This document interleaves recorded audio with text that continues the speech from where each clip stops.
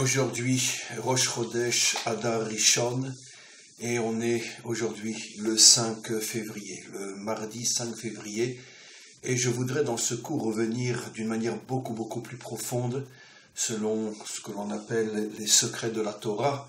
Je voudrais revenir sur une notion importante que j'ai traitée dans le cours d'hier, le cours de lundi, le cours appelé le cours de chez la famille Cain, bien que nous ne sommes plus dans leur maison, mais en tous les cas, c'est, comme je l'explique, leur esprit qui continue à nous accompagner. Et donc, un cours extrêmement important. Je pense que ceux qui écouteront le cours d'aujourd'hui ont, je l'espère, déjà écouté le cours d'hier, le cours de lundi. Et je voudrais encore une fois revenir sur une notion importante que j'ai expliquée dans le cours de lundi, mais cette fois-ci, selon un aspect beaucoup plus profond de la Torah, selon ce que l'on appelle les secrets, le sod, les secrets de la Torah. Vers la fin du cours, j'ai rapporté donc l'exemple du Mishkan. J'avais expliqué au début du cours que le Mishkan, le tabernacle, est en vérité le modèle microscopique d'un monde parfait. Un monde dans lequel chaque chose est à sa place et chaque chose fonctionne exactement comme elle doit fonctionner. Depuis la faute de Adam Arishon, comme je l'explique dans le cours d'hier, tout a été finalement déplacé en ce sens que plus rien n'est véritablement à sa place. On considère comme grand ce qui n'est pas forcément véritablement grand. On considère comme petit, comme accessoire, ce qui normalement devrait être au contraire perçu comme étant grand, comme étant quelque chose qui doit servir de modèle. Et finalement, plus rien n'est à sa véritable place. Et j'ai expliqué que, essentiellement, la faute de Adam Arishon est qu'elle a finalement privilégié, elle a ouvert la porte à un monde dans lequel on privilège essentiellement l'idée, la pensée, l'idéologie, au détriment de l'action, au détriment de tout ce qui permet véritablement, par le biais de l'action, de travailler à l'intérieur de ce monde, de le construire et de le changer. Ça va beaucoup plus loin, une chose que je n'ai pas dite hier. Le grand problème de ce culte du cerveau, de ce culte de l'idée, de ce culte de l'idéologie, c'est que on va vouloir imposer, comme je l'ai souvent expliqué, on va vouloir imposer son idéologie au monde. Puisque le monde étant considéré comme quelque chose d'accessoire, de secondaire, de sans aucune importance, et que finalement, la seule chose qui est véritablement vénérée, c'est la pensée, l'idéologie, la philosophie, ainsi d'ailleurs que la foi et les religions, la faute va nous amener à vouloir imposer ce que l'on comprend au niveau de nos idées, l'imposer au monde par la force jusqu'à le détruire, jusqu'à le faire souffrir. Et c'est exactement le contraire de ce qu'enseigne la Torah, Emet me'eretz titzmar, que la vérité doit venir, doit pousser à partir de la terre, ce qui signifie que toute vérité qui n'est pas connectée réellement avec la réalité, avec ce monde, est forcément un mensonge. Donc la vérité ne peut pas venir d'en haut. Elle doit pousser à partir de la terre, et le sous-entendu est bien sûr extraordinaire. Ça veut dire encore une fois cette connexion entre l'idéologie et la réalité, entre la spiritualité et la matière. Pourquoi je parle de spiritualité? Parce que le problème est le même bien sûr au niveau des religions. Toutes les religions sombrent dans le fanatisme, finalement dans l'extrémisme. Parce qu'au nom de Dieu, au nom de la foi, au nom de la vérité, tout est permis. D'ailleurs, au nom de toutes les vérités déconnectées de la réalité, malheureusement, tout est permis.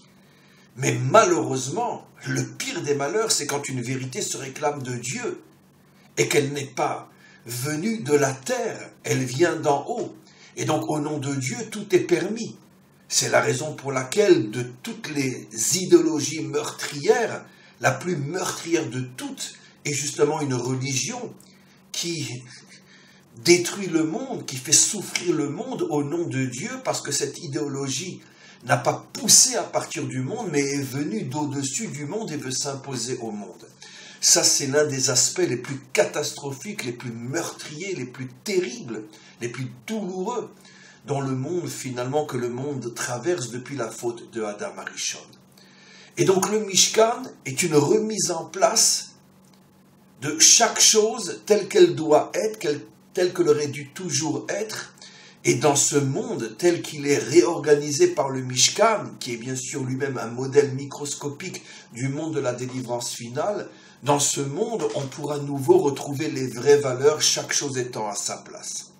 Alors on va commencer dans le cours d'aujourd'hui. J'ai expliqué à la fin du cours d'hier que les 3 ustensiles qui représentaient plus que tout autre la perfection finale, c'est le Aaron, la Torah, qui se trouve dans le Aaron, dans l'arche. On va justement voir d'après nos commentaires qu'il ne s'agit pas que d'une arche, mais de 3 arches, et c'est ce qu'on va commencer aujourd'hui à expliquer.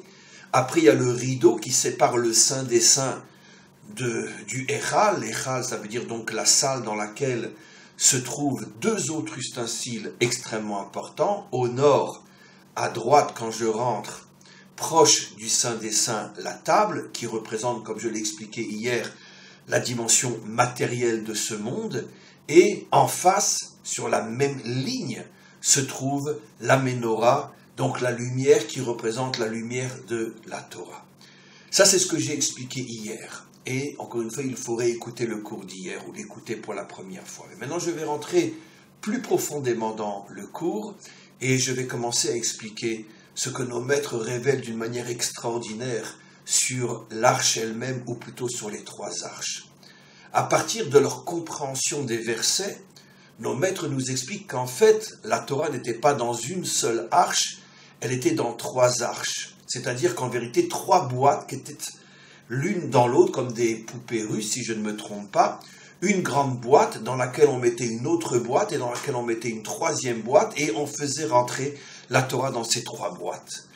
Et au-dessus de ces 3 boîtes se formait une sorte de couronne qui en vérité couronnait l'arche dans les 3 arches dans lesquelles se trouvait la Torah. Alors bien sûr, la question qui se pose, c'est pourquoi 3 arches? À quoi font-elles allusion? Et pourquoi cette couronne au-dessus de ces 3 arches, de ces 3 armoires? Alors bien évidemment, les maîtres de secret nous expliquent que ces 3 arches font allusion aux 3 sphirotes, aux 3 attributs divins les plus élevés, qui finalement incarnent le monde caché, le monde spirituel, le monde qui appartient à une dimension qui est complètement au-dessus de notre dimension, de notre monde à nous, car comme nous le savons, notre monde a été créé avec le chiffre 7, c'est-à-dire que le chiffre 7 incarne l'ensemble des dimensions, des règles, des lois, des structures qui composent notre monde matériel. D'ailleurs, on le retrouve aussi facilement par rapport aux différents points cardinaux, et j'explique. J'ai devant moi, on va dire, le nord, j'ai derrière moi le sud, j'ai à ma droite l'est, j'ai à ma gauche l'ouest, je suis donc à 4 points, et puis j'ai la dimension qui est au-dessus de moi, 5e point, j'ai la dimension qui est au-dessous de moi, 6e point, et moi qui suis au centre, qui est en vérité le centre, le point de rassemblement de toutes les dimensions, donc 6 dimensions qui tournent autour du point qui est au centre de ces 6 dimensions. Donc au niveau de l'espace, on retrouve le chiffre 7. Au niveau du temps, bien évidemment, on a le chiffre 7 avec les 7 jours de la semaine, ce qui veut dire que le chiffre 7 incarne notre dimension matérielle. Mais il y a encore 3 autres attributs, 3 autres énergies divines qui commencent à partir du chiffre 8, 9, 10, qui correspondent à des structures, qui correspondent à des forces qui sont complètement au-dessus de notre monde, qui sont en connexion avec notre monde, comme on l'a déjà expliqué, comme on va l'expliquer, mais qui incarnent des énergies qui sont complètement au-delà, au-dessus des limites de ces énergies qui dirigent et qui gouvernent notre monde matériel, lui-même représenté par le chiffre 7. Alors, ces 3 arches, l'une dans l'autre, emboîtées l'une dans l'autre, représentent donc ces 3 sphirotes élionotes, ces 3 sphirotes d'en haut, qui sont la plus élevée, le Keter, après la Chokhma et après la Bina. Traduction très légère, Keter signifie la couronne, c'est la raison, donc on commence à répondre, c'est la raison pour laquelle les trois armoires se terminaient en haut par une forme de couronne, ce qui fait allusion au Keter. La Chokhma, après le Keter, donc j'ai traduit couronne, on va expliquer bien sûr pourquoi dans ce cours. Après vient la Chokhma fait allusion à la sagesse, si je traduis plus ou moins littéralement, mais de quelle sagesse s'agit-il? C'est-à-dire la sagesse qui nous permet d'être constamment reliés à notre source de vie, qui est le maître du monde, c'est-à-dire donc c'est la sagesse, la compréhension, l'intelligence qui me permet de ne jamais me déconnecter de ma source. Et puis après, la Bina c'est l'intelligence, mais la compréhension, c'est-à-dire la compréhension du projet divin, la compréhension de la volonté divine, de manière à pouvoir la réaliser. Donc, on a le Keter, encore une fois, qui représente la couronne, et je commence à expliquer. Le Keter fait donc allusion au dévoilement de la royauté d'Hachem dans ce monde. Puis vient la Chokhma, qui est la sagesse qui me permet de constamment être connecté à ma source, puis la Bina qui est la compréhension, la réflexion, l'intelligence qui me permet de comprendre le projet divin, de comprendre ma mission, de comprendre le but et la finalité de la création tout entière. Alors pourquoi j'ai expliqué que ces trois formes d'intelligence sont complètement au-dessus de ce monde, au-dessus du chiffre 7 ? Parce que bien évidemment, dans ce monde tel qu'il est, on ne voit en aucun cas le fait que Dieu est roi, on ne peut en aucun cas comprendre comment se connecter à sa source divine, je parle dans le monde matériel tel qu'il apparaît à nos yeux, et encore moins que l'on peut comprendre quel est le projet divin et quelle est notre mission sur terre en relation avec bien sûr la volonté d'Hachem. Donc ces trois dimensions sont complètement cachées à l'intérieur de notre monde. Et pour les révéler, il va falloir donc la Torah. C'est ça le sens de la Torah, qui est à l'intérieur de ces trois boîtes. Après, je vais expliquer pourquoi ce sont des boîtes, et quelle est en vérité la place de chacune, puisqu'on a vu qu'elles sont l'une dans l'autre.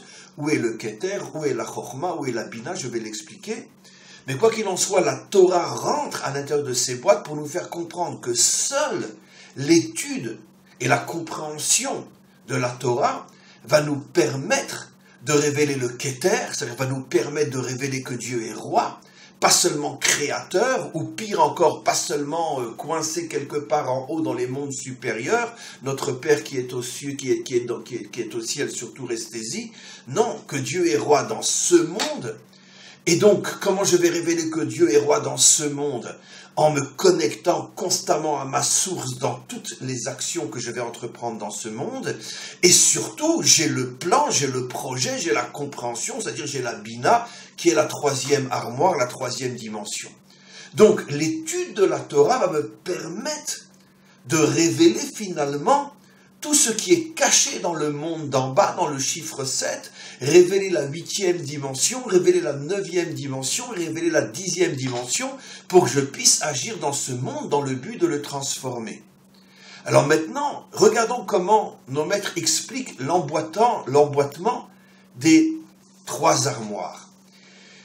Il y avait donc la première armoire qui était recouverte d'or.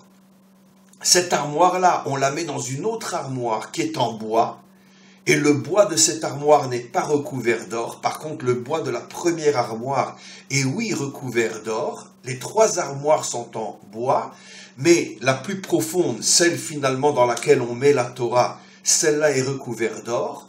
On la fait rentrer dans une autre boîte qui est entièrement en bois, mais qui n'est pas recouverte d'or.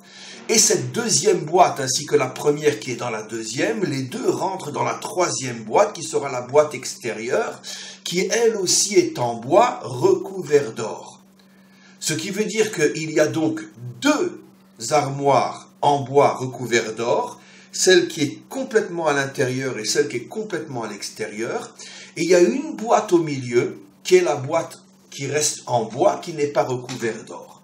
Alors bien sûr, il y a nécessairement une intention extraordinaire à cette manière finalement de construire les trois boîtes. On a déjà compris pourquoi trois boîtes par rapport à Keter, Chorma et Bina, les trois sphirotes d'en haut. Mais où se trouve chacun des attributs divins et pourquoi y en a-t-il deux qui sont recouverts d'or et pourquoi il y en a une qui reste en bois? Alors, celle qui est en bois, celle du milieu, c'est le Keter. Et je vais expliquer pourquoi dans quelques instants. En bois, sans être recouvert d'or. À l'intérieur et à l'extérieur se trouve à l'intérieur la Chorma, le bois recouvert d'or, et à l'extérieur la Bina, aussi du bois recouvert d'or. Ce qui veut dire que la sagesse qui me permet de rester connecté à ma source, cette source qui est profonde, qui est cachée dans ce monde, c'est donc la Chorma, incarnée, représentée par la boîte qui est à l'intérieur, parce que justement la source est l'intériorité de ce monde, comme d'ailleurs le fleuve provient de la rivière, qui provient du ruisseau, qui provient de la source, la partie d'eau la plus intérieure est donc la source, qui d'ailleurs est au niveau de la terre, elle jaillit, elle sort de la terre, elle était complètement cachée dans la terre. Puis après, les choses s'extériorisent, grandissent. La source incarne donc le côté le plus intérieur de ce qui va devenir le ruisseau, la rivière, le fleuve et qui se jette dans la mer. Donc, la boîte intérieure, c'est la Chorma. La boîte extérieure, c'est la Bina. On a expliqué que la Bina, c'est la compréhension du projet divin. Pourquoi c'est une boîte extérieure? Parce que la compréhension du projet divin va donc m'amener à agir dans ce monde pour le réparer, pour le construire, pour le parachever et pour l'amener jusqu'à la délivrance. Donc la Bina va m'amener à une action extérieure dans ce monde. Donc c'est la raison pour laquelle la Bina est représentée par la boîte extérieure. Et la boîte qui est au milieu et qui finalement relie les deux boîtes, c'est le Keter, c'est la couronne, c'est la royauté d'Hachem. Alors, d'abord, essayons de comprendre pourquoi le Keter se trouve au milieu. Alors, bien sûr, j'ai déjà donné des dizaines, des centaines d'explications sur ce sujet, à chaque fois d'une autre manière selon le contexte du cours, mais je vais le réexpliquer selon le contexte du cours d'aujourd'hui. Le grand problème de la Chorma et de la Bina, c'est que ce sont finalement deux types d'intelligence qui sont à l'extrême opposé l'un de l'autre. Parce que la Chorma me ramène constamment à ma source, me ramène constamment dans l'intériorité cachée, profonde, mystérieuse de la création. Et donc d'une certaine manière, le Keter me pousse, si j'ose dire, à force de me rapprocher de la source, à m'annuler dans ma source, à m'intégrer dans ma source, et d'une certaine manière à tourner le dos du monde, parce que plus je rentre dans le monde, plus j'agis dans le monde, et plus d'une certaine manière, je m'éloigne de ma source, exactement comme le ruisseau commence à s'éloigner de la source, la rivière s'éloigne encore plus du ruisseau qui s'éloigne encore plus de la source, le fleuve est le plus éloigné de la source elle-même, et la mer, l'océan, dans lequel se jette le fleuve est à l'extrême opposé, le plus éloigné de la source. Ce qui veut dire que plus je rentre dans ce monde, plus finalement je m'éloigne de la source. Donc la Bina, à partir du moment où elle me révèle mon projet et ce que je dois faire dans le monde, la Bina me pousse vers l'extériorité. C'est la raison pour laquelle c'est la boîte extérieure. Alors que la Chorma, au contraire, me ramène constamment vers l'intériorité. Dit dans un langage beaucoup plus moderne, la Chorma va faire de moi un être très spirituel, la Bina va faire de moi un être beaucoup plus matériel et matérialiste, puisque la Bina m'oblige à rentrer dans ce monde. Et donc le problème, c'est que finalement ces deux forces vont s'éloigner, ne vont pas pouvoir s'unir, et finalement je vais me retrouver dans une situation où je vais devoir choisir, puisque je n'arrive pas à les unir. Ou je choisis la Chorma et je vais être un homme spirituel complètement déconnecté de ce monde, ou je ne choisis que la Bina et je risque de devenir un homme très matériel et très matérialiste qui ne va s'intéresser qu'à ce monde. Donc la Chokhma va me pousser à ne m'intéresser qu'à Dieu, la Bina va me pousser à ne m'intéresser qu'à ce monde, et finalement, je n'ai plus d'unité. Or, le projet divin est, en ce jour, Dieu sera roi sur toute la terre, Dieu sera un et son nom sera un. On voit que les prophètes ont lié l'unité à la royauté. La royauté, ou plutôt le dévoilement de la royauté d'Hachem, c'est ce qui va permettre l'unité entre la Chokhma et la Bina. C'est-à-dire être en même temps un être extrêmement spirituel, Chokhma, la boîte intérieure, mais en même temps être un être extrêmement actif et matériel et matérialiste, la Bina. Mais pour ne pas être écartelé entre ces deux forces contraires, j'ai besoin de la force qui réunit les deux, c'est le Keter, c'est la Malchut, puisque, encore une fois, nos prophètes disent que le dévoilement de la royauté divine au moment de la délivrance est lié au dévoilement de l'unité de Dieu et de son nom. Donc la royauté et l'unité sont deux notions qui vont toujours ensemble. Si Hachem se dévoile comme roi, automatiquement se dévoile l'unité entre les contraires. C'est la raison pour laquelle la boîte du milieu représente justement le Keter, la royauté, parce que la boîte du milieu justement arrive à réunir la Chokhma et la Bina, c'est-à-dire ce géanticisme, si j'ose dire, d'être à la fois un homme extrêmement spirituel et en même temps être un homme extrêmement actif, être un homme qui est à la fois, on pourrait dire, complètement, totalement annulé dans sa source divine et en même temps complètement, totalement extériorisé dans l'action à l'intérieur de ce monde. Et ça, c'est le Keter, la boîte du milieu. Maintenant, pourquoi les deux boîtes intérieures et extérieures sont recouvertes d'or alors que la boîte intérieure, justement, est en bois sans or? Parce que justement, l'or représente quelque chose d'extrêmement précieux, alors que le bois à l'état pur représente au contraire la simplicité, l'humilité. Évidemment, quand tu rentres chez quelqu'un et qu'il te montre ses ustensiles en or, tu comprends tout de suite que c'est quelqu'un de très riche, de très puissant, de très précieux. Et quand tu rentres chez quelqu'un et que tu vois une table en bois et des chaises en bois, tu comprends que c'est quelqu'un de très simple. Ce qui veut dire que le bois incarne l'humilité, alors que l'or incarne d'une certaine manière la préciosité. Je ne sais pas si on dit comme ça en français, mais vous m'avez compris. J'explique. Lorsqu'un homme n'a que la Chokhma, il ressemble à de l'or, parce qu'étant constamment et complètement et uniquement connecté à Dieu, automatiquement cette dimension spirituelle va l'élever jusqu'à des niveaux spirituels très très très très hauts. Si je parle encore une fois bien sûr de quelqu'un qui est profondément, honnêtement, authentiquement connecté à Dieu, mais il n'a que la Chokhma. Donc il va devenir comme de l'or, quelque chose d'extrêmement élevé. Ce sont tous les grands tzadikim, tous les grands justes, tous les grands géants de l'histoire spirituelle du monde. Les prophètes, qui sont constamment connectés avec Dieu. Je ne dis pas qu'ils n'avaient que la Chokhma, qu'à Dieu ne plaise, mais dans leur état de prophète, ils sont surtout au niveau de la Chokhma, et ça devient des êtres spirituels immenses, des géants spirituels, c'est ça l'or. À l'extrême opposé, lorsque quelqu'un s'investit uniquement dans ce monde et réussit, lui aussi va devenir comme de l'or. Parce qu'il va réussir, il va s'enrichir, il va devenir puissant, il va devenir connu, il va devenir une vedette, peu importe. Il va briller.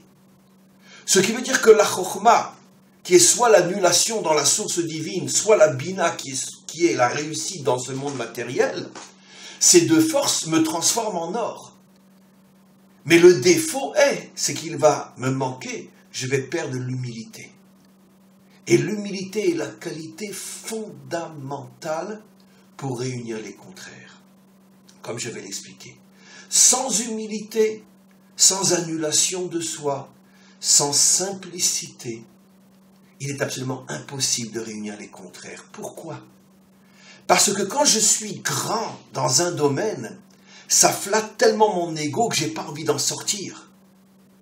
Donc finalement, je Je m'enferme dans mon système puisque j'ai réussi dans mon système et finalement je ne respecte, ne reconnais que mon système parce que d'une certaine manière, comme mon système, celui dans lequel je suis enfermé me grandit, il flatte mon ego.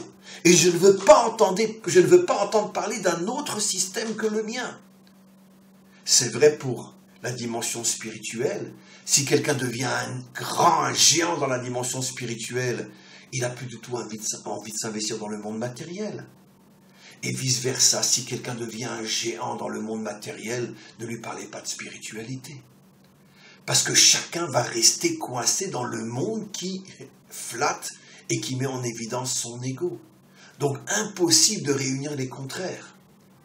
C'est la raison pour laquelle, pour réunir les contraires, il faut être humble. Il faut être simple. Il faut être capable de s'annuler. Il faut être capable de chercher la différence, ce qui est différent, ce qui me remet en cause, ce qui me remet en question, ce qui n'est pas comme moi. Je sors de ma réussite pour aller vers un monde nouveau qui me demande de tout recommencer à zéro. Je suis dans la chorma, je quitte la chorma pour aller dans la bina et tout recommencer à zéro. Et pour ça, il faut une grande humilité, une grande annulation de soi. Je suis dans la bina, je suis un géant dans la bina, je quitte la bina pour aller dans la chorma. Mais pour ça, il faut une annulation totale de soi. Il faut une humilité énorme pour sortir du monde de sa réussite et recommencer tout à zéro dans un monde qui est à l'extrême opposé. C'est ça la raison pour laquelle la boîte du milieu qui correspond à la royauté, à la couronne, à l'unité, est un bois sans or, la simplicité.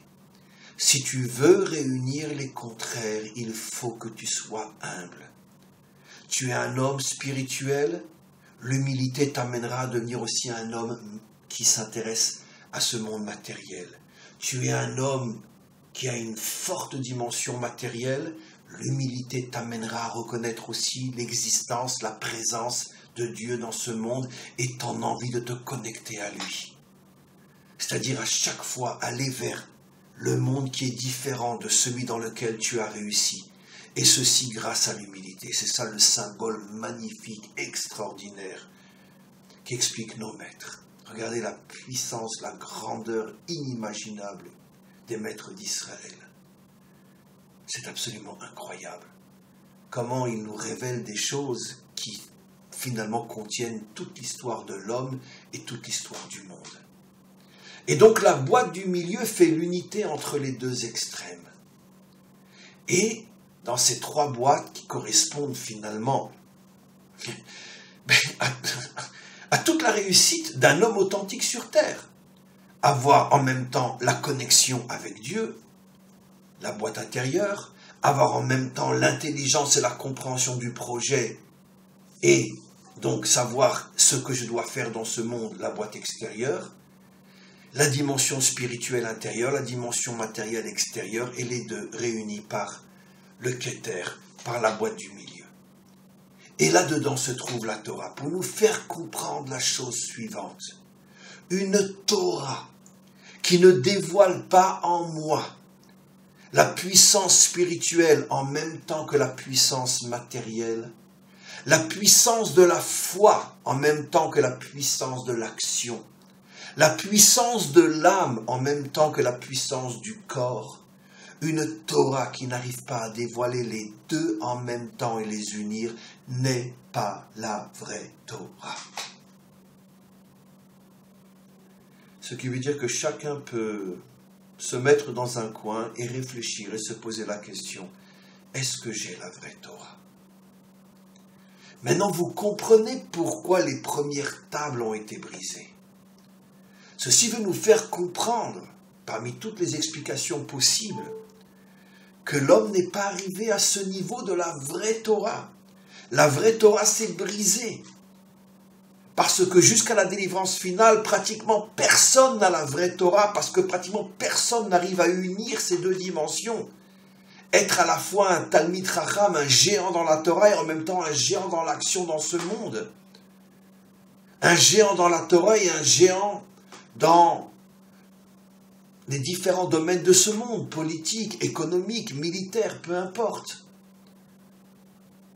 En vérité, nous avons eu et vous le savez tous et toutes, un modèle qui est le microcosme du Mashiach, le roi David, qui est en même temps un homme de foi, un homme d'émouna, un homme de Torah, un homme de prière, un homme de...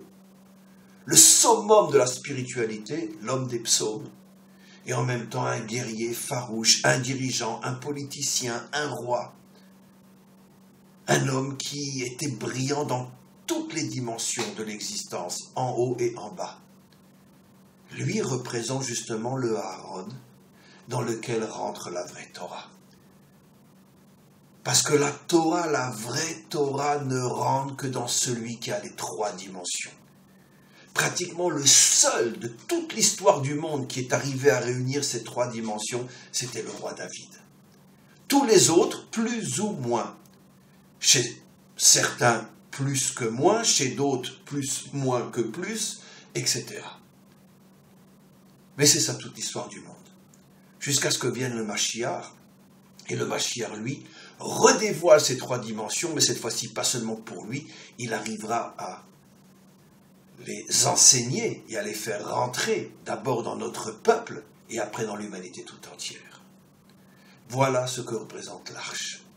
Pourquoi l'arche se trouve dans le Saint des Saints, dans l'endroit le plus caché, dans lequel même le Kohen Gadol, le grand prêtre, ne pouvait rentrer qu'une fois par an à Yom Kippour? Ceci pour nous faire comprendre que cet endroit est pratiquement inaccessible pour l'instant, parce que cet endroit représente la Torah du Mashiach. Et dans l'arche se trouvaient les morceaux de Torah brisés, les premières tables et les deuxièmes tables. Comme pour nous faire comprendre que, finalement, les deuxièmes tables n'incarnent pas, on pourrait dire, la véritable Torah. C'est pour ça qu'à côté d'elle, on mettait les tables brisées, qui est cette Torah première que Hachem nous a donnée, mais que nous ne sommes pas parvenus à garder parce que nous ne sommes pas arrivés à réunir les contraires, bien sûr par faute d'humilité, parce que l'ego, l'orgueil, le moi a pris le dessus. C'est la raison pour laquelle Moshe nous a donné les premières tables, parce que Moshe était le plus humble des hommes. Pourquoi de toutes les qualités, c'est celle qu'on met en évidence, alors qu'évidemment il avait des centaines d'autres qualités. Pourquoi on met en évidence son humilité? Parce que pour donner les premières tables, qui sont justement les 3 armoires, les 3 réceptacles de la vraie Torah, il fallait un homme comme Moshe, bien évidemment. Mais quand Moshe a voulu donner la Torah au peuple, il a vu que le peuple n'était pas au niveau, il les a brisés. Comme pour dire, maintenant il va falloir toute l'histoire pour reconstruire les tables brisées. En attendant, on a une autre Torah. Une Torah qui n'arrive pas à réunir à la perfection les contraires. Une Torah qui n'arrive pas à réunir à la perfection l'âme et le corps. C'est pour ça que dans toute l'histoire, y compris de notre peuple, tu auras ou des hommes qui sont trop spirituels ou des hommes qui sont trop matérialistes, mais pratiquement tu ne trouveras jamais quelqu'un qui est véritablement la boîte du milieu qui arrive à réunir les contraires. C'est pratiquement impossible.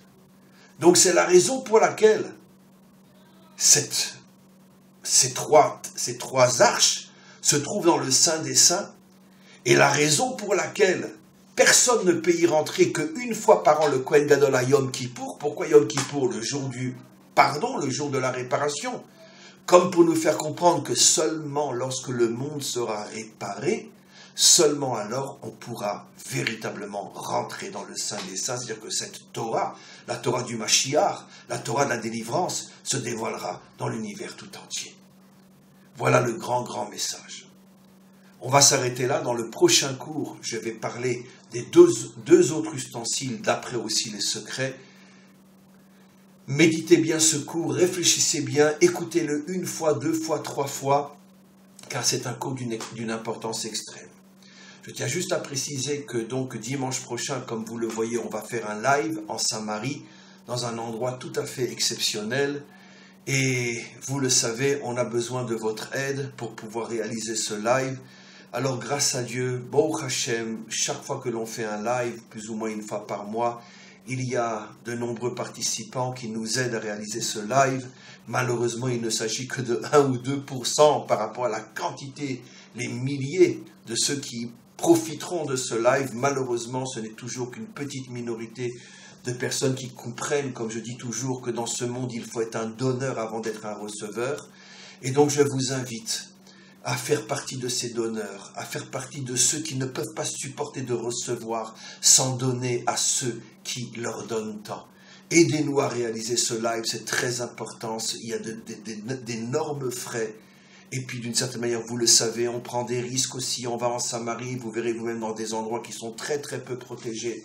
On prend beaucoup de risques et on investit énormément de nos personnes pour pouvoir vous apporter des choses que personne ne fait comme nous savons les faire. Alors aidez-nous à pouvoir réaliser ce live de dimanche. En attendant, à tous et à toutes, à très très bientôt.